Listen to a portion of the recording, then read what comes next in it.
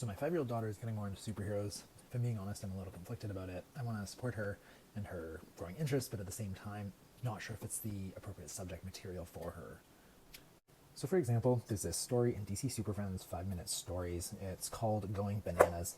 What happens in the story is you have this yellow gem. It's going to be on display at the museum, but then the gem gets stolen. So the Super Friends are on the case. They also find out that there's a bunch of bananas that have gone missing as well from the pier, and they chase the truck and learn that it was Gorilla Grodd who has stolen the bananas as well as the yellow gem, because he is aware that the gem actually has a magical property that will allow him to transform the bananas into an army of yellow magical banana gorillas. So he uses these banana gorillas to try and attack the Super Friends.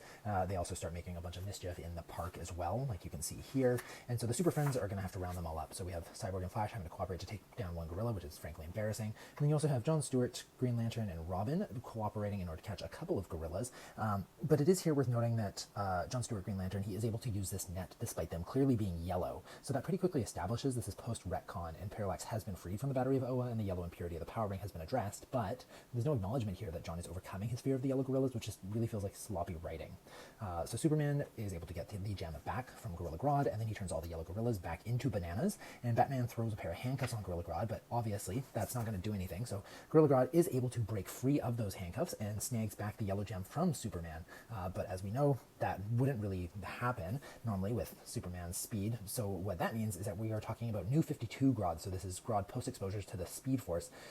So now what I have to do is I have to go back to my sweet baby girl and explain that we've started this story, but we have to stop because there's a bunch of headcanon she hasn't even got to yet. And then she asks me, why didn't I start with the New 52 before doing this? And I have to explain that this Gorilla Grodd was creating banana warriors, which I didn't think was reflective of the genius of Grodd in New 52. After all, this like potassium paramilitary can't even acquire world domination when they can't even like dominate this park. But then she points out that the creation of the Banana Brawlers aligns with Grodd's whole like guerrilla eugenics MO, and now she's questioning the whole integrity of the story, and I'm looking like the fool. So then Grodd, anyway, he escapes.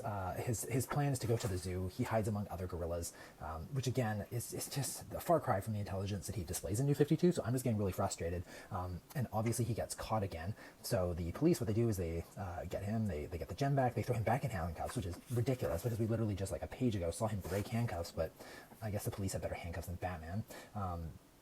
And frankly, this is just lazy writing, just really disappointing.